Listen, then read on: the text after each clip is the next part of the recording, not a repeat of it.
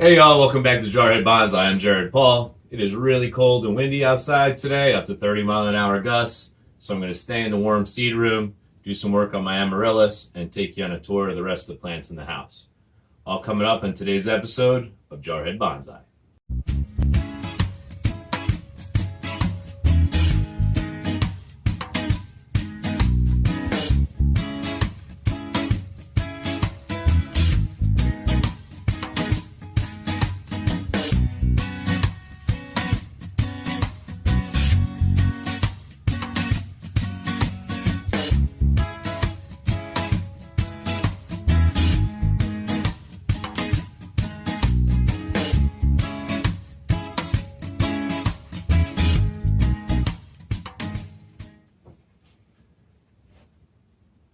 Alright, so what I like to do with my Amaryllis, I've only been doing them a couple of years, but after they're done growing and they look like nappy like this, this is a Picote Amaryllis. And you see it's got like the fine pink line around these nice white delicate flowers. And it's quickly became my favorite. So since this one and this one are kind of died off, you just want to come in towards the base, not being too rough, and cut just like that. You know, if you get a fresh one, sometimes some water will come pouring right out of that thing, so just be aware of that. So I'm going to cut these two deadish ones out, and then I'll let the last one kind of ride out another week or so that it has.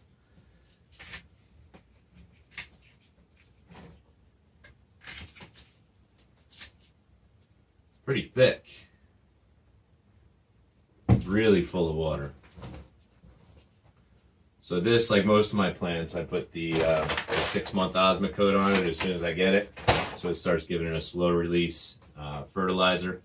And then every 2 weeks, actually 3 weeks, I hit it with this Jack's Classic. It's that blue powdery stuff that looks like Miracle Grow, but it's a 20-20-20 solution. So I just really water it down, and I know everything's going to get some of what it needs. You know, I know you can break it down specifically for cacti and succulents and deciduous trees, and but I think they all need a little bit of the same stuff, so I'm not going to overstress and overcomplicate. So I think this one, let's see. I can't tell if this flower hasn't opened yet or if it's closing, so we're going to leave it like that for now. This one, I believe, is completely dead. Or not dead, but doesn't have any more buds. It's just showing these nice big green leaves. So typically, this thing's done. So what I'll do is I'll cut all the foliage off of this, including these leaves.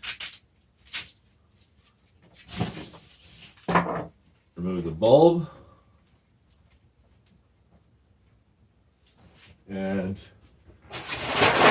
when I'm done with all these, I'll take these bulbs that are ready to be dormant down into the basement, and I'll put them in a box that I have down there. It's cooler in the basement and darker, so it'll allow them be completely dark, so they'll be in a box, and it'll allow them to go into dormancy. And then that's the beauty of the Amaryllis. 6 months, probably a year from now, I'll take it out of dormancy, or somewhere between 6 months and a year, take it out of dormancy, put it in some good soil, add the Osmocote, water it, and put it in the sun, and it'll activate again just like that. All right, so we're down in my basement now, and I'm just going to put it in this box, close it up. There's a little bit of air in there, but it's dark and it's cooler down here, so I'm going to put it over in the corner out of the way with the rest of my bulbs. And 6 months to a year, I'll take them back out and do it all over again. It's a great thing. And I'll be dreaming of the warmer days where we'll be out on these paddle boards. All right. We're going to close it out today by going through my living room, y'all, and checking out some of my different plants. I got to trim back some dahlias, and I want to show you a Schefflera that I have that's growing out of a volcanic rock. Pretty cool. All right. This is a pothos, and I don't know if you'll notice, but as much terracotta as I could possibly have for potting, I will use. I'm in love with terracotta. Just a simple terracotta pot is awesome to me. So we've got some silver-bladed wandering Jew growing amongst a zigzag cacti. always the spider plants. This is the mother spider plant. So she has like babies, spiderettes growing on top of baby spiderettes. And my goal is to get it hanging down to the ground. And in here is a juniper that I bought as a pre-bonsai and got a little plastic bonsai pot at the New England Bonsai Society. But I did not do a damn thing to it yet. That falls under the, I'm not touching anything until it has a chance to like go for a season in its new location. So this is some sort of succulent or cacti. I don't know. It really was going to die off and then it came back. I don't really mess with it too much. And here is this little cacti nub. One of my clients brought me a bunch of their plants that they just neglected completely, and that one didn't even look like it was going to make it. It was just a horrible little nub. And so I just planted it on a whim, and now it's kicking off all these cool looking little things there. So I like that. It's the tropical section. So we've got, I cannot recall what that one is, but this is the Queen of the Night, and it's a succulent, and it's called Queen of the Night because apparently it only blooms one day of the year at night. So we'll have to catch that. This is a trident maple. Of the 25 trident maples that I bought bare rooted, I wanted to put them in different rooms just to see, you know, test it out. This is a, it'll come back to me, sago palm. Yeah, it's a sago palm. And I got that for Laura down in South Carolina. Okay, so these are the dahlias that I'm going to come back and trim. I'm just going to come in here and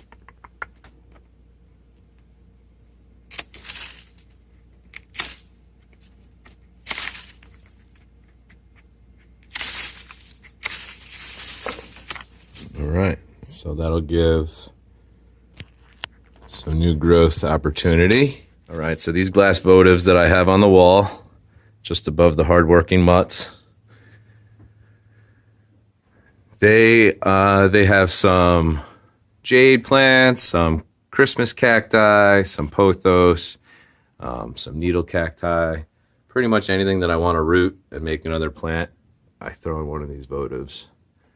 Those two on the top corners, these spider plants, they, the part that was connecting them to the mother plant got a bend in it, so it cut off its water supply. So I had to cut them off and root them myself.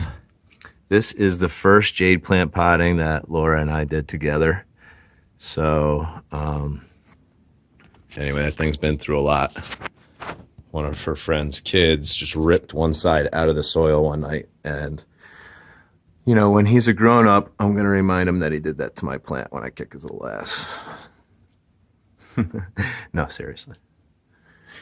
All right, so this is a honeysuckle, and I can't remember the name of it.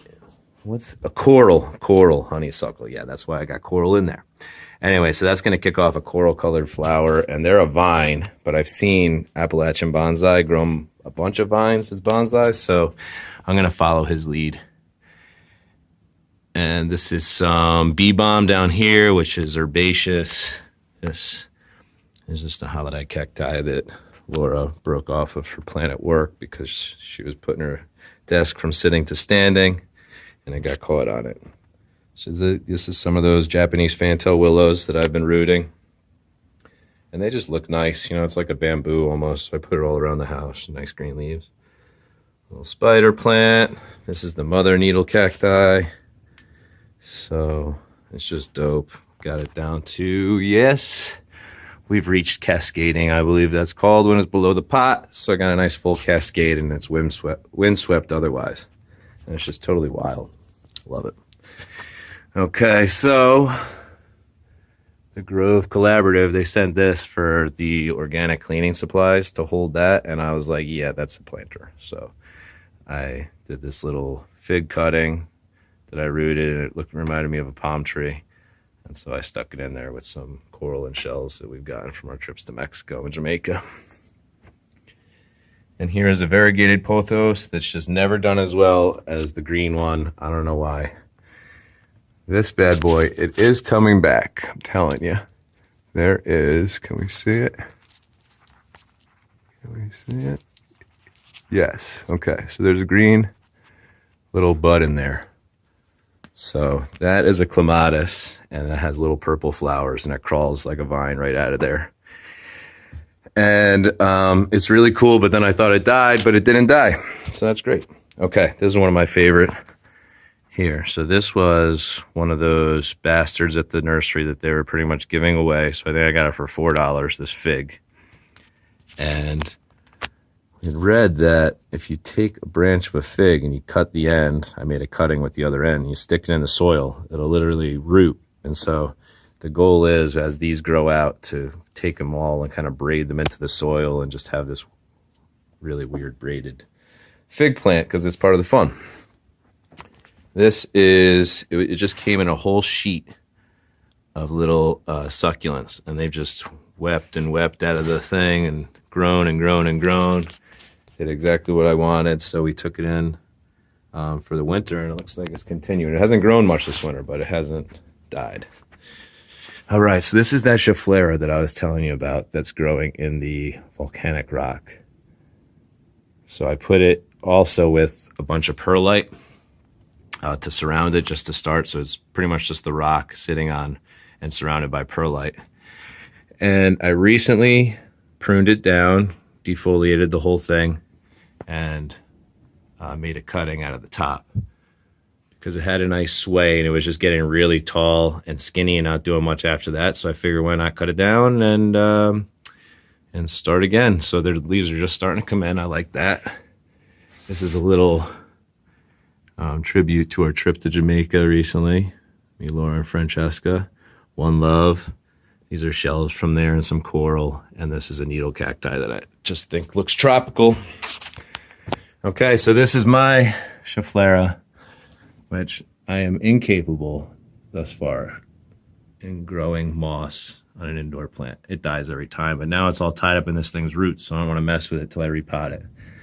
So I've cut it a couple of times. It's getting nice and thick and woody, and my goal is to, with directional pruning, to create a bunch of crisscrossing, like hearts going up. You know, the two main are growing outwards. Anyways, might sound stupid, but I'm excited about it.